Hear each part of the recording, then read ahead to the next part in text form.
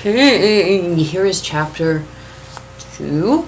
And if you're wondering why I am wearing the exact same clothes as in chapter 1, even though I believe I'm uploading them on different days, the reason for that is that I have a lot of time today, and during the week I have much less time, so I record them all at once, is the plan, and then I upload them, one every day, as also is planned.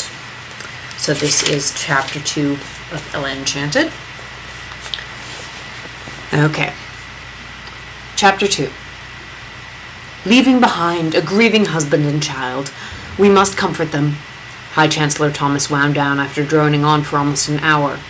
Some of his speech had been about Mother, at least the words Lady Eleanor were spoken often, but the person they described, dutiful parent, loyal citizen, steadfast spouse, sounded more like the High Chancellor than like my mother.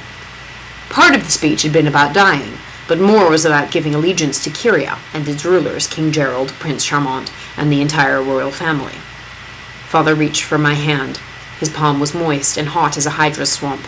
I wished I'd been allowed to stand with Mandy and the other servants. I pulled out of his grasp and moved a step away. He closed the distance between us and took my hand again. Mother's casket was made of gleaming mahogany, carved with designs of fairies and elves. If only the fairies could leap out of the wood and cast a spell to bring her back to life, and another one to send Father away. Or maybe my fairy godmother would do it, if I knew where to find her. When the High Chancellor finished, it was my task to close the casket so Mother could be lowered into her grave. Father put his hands on my shoulders and pushed me forward. Mother's mouth was stern, the opposite of its look in life, and her face was empty, which was awful.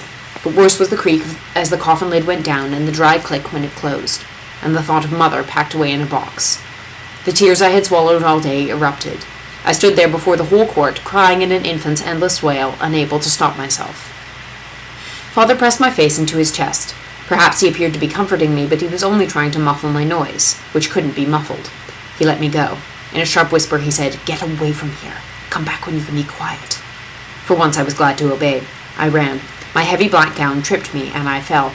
Before anyone could help me, I was off again, my knee and hand stinging. The biggest tree in the graveyard was a weeping willow, a crying tree. I plunged through its leaves and threw myself down, sobbing.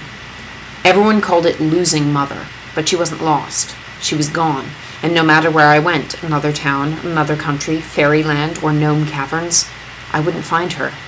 We'd never talk again, or laugh together, or swim in the river Lucarno, or slide down the banister, or play tricks on Bertha, or a million things. I cried myself out and sat up. My gown had changed in front from black silk to brown dirt. As Mandy would have said, I was a spectacle. How much time had gone by? I had to go back. Father had told me to when the curse was tugging at me to obey. Outside the privacy of my tree, Prince Charmant stood, reading a tombstone. I had never been so near him before. Had he heard me cry? Although the prince was only 2 years older than I, he was much taller, and he stood just like his father, feet apart, hands behind his back, as though the whole country were passing by on review. He looked like his father too, although the sharp angles of King Gerald's face were softened in his son. They each had tawny curls and swarthy skin.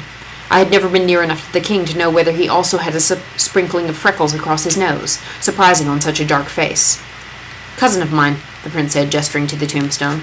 "Never liked him. I liked your mother." He started walking back toward her tomb. Did he expect me to come with him? Was I supposed to maintain a suitable distance from his royal self? With enough room for a carriage to pass between us, I walked at his side. He moved closer. I saw he had been crying too, although he had stayed upright and clean.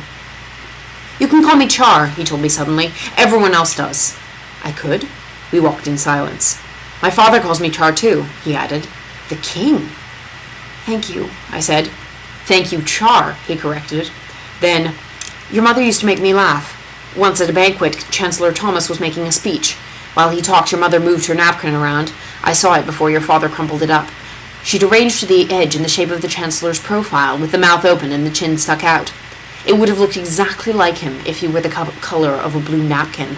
I had to leave without dinner so I could go outside and laugh." We were halfway back.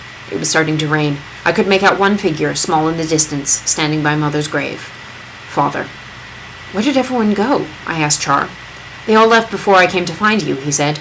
"Did you want them to wait?" He sounded worried, as if, perhaps, he should have made them stay. No, I didn't want any of them to wait, I answered, meaning that Father could have gone too. I know all about you, Char announced after we'd taken a few more steps. You do? How could you?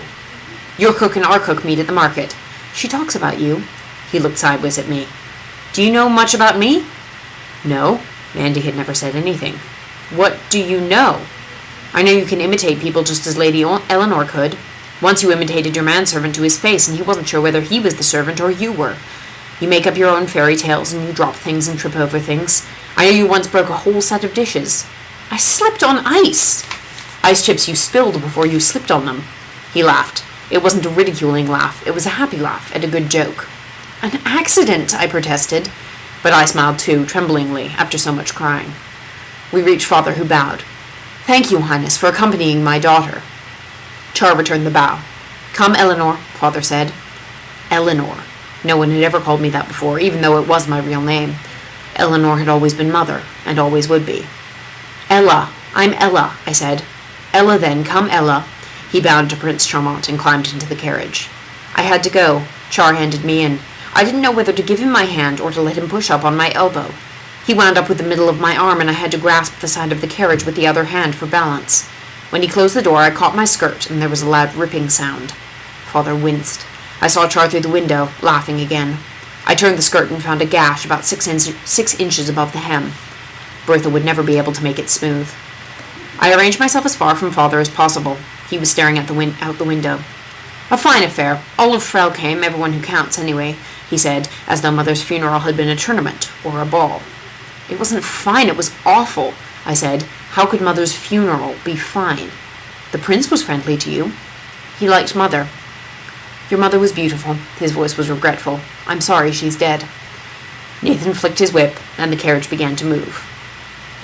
Gosh, all these chapters are ending so sad. I don't like how sad these chapters are.